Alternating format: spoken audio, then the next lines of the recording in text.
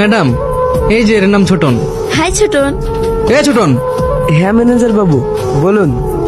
Divya madam. হ্যাঁ Divya madam. ও হ্যাঁ হ্যাঁ। হাই ছোটন। হাই হাত মেলাও। ম্যাডাম, কাজ করছিলাম তো তাই হাতে নোংরা। ভাটায় কাজ করলে তো হাত নোংরা হবে, সমস্যা নেই, হাত মেলাও।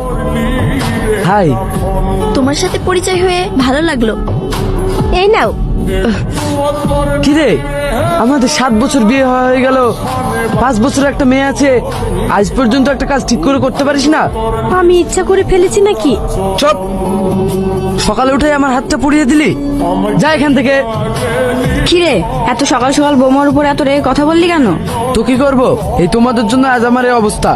আমি মাধ্যমিক পাস, আর এক অশিক্ষিত মেয়ের সঙ্গে আমার বিয়ে দিয়ে দিয়েছো। তো কি হয়েছে, বৌমা তো অনেক ভালো। যত সব, দুটো ছেলে তাই না? আমি শুনেছি ওরা পড়াশোনায় নাকি খুব ভালো।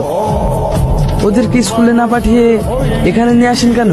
কি করব বাপ, বাড়িতে খুব অভাব, ওদের স্কুলে বই কেনার মতো টাকা আমার কাছে নেই। তাই বলে ওদের ক্যারিয়ারটা এইভাবে নষ্ট করবেন? এছাড়া আমার কোনো উপায় নেই।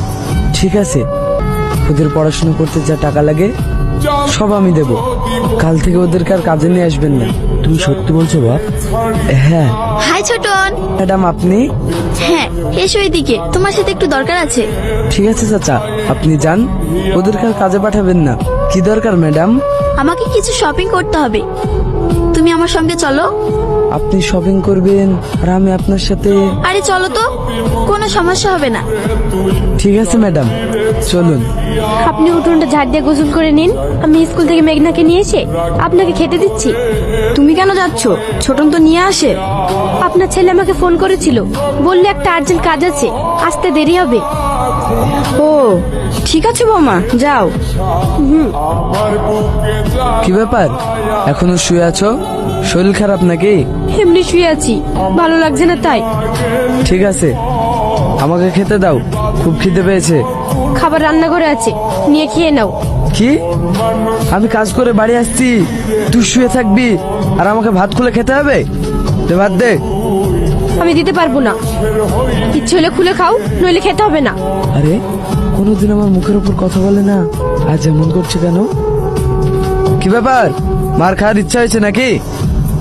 ঠিক আছে, আমি খুলে খাচ্ছি, উঠে দেখ তোর জন্য কি এনেছি। আমার ভালো লাগছে না, তুমি এখান থেকে যাও। যতক্ষণ না এগুলো দেখবি আমি এখান থেকে যাব না। কোনো সময় শান্তিতে থাকতে দিবে না আমাকে? কি এনেছো দেখি? আজ ম্যাডাম আমাকে শপিং মলে নিয়ে গেছিল,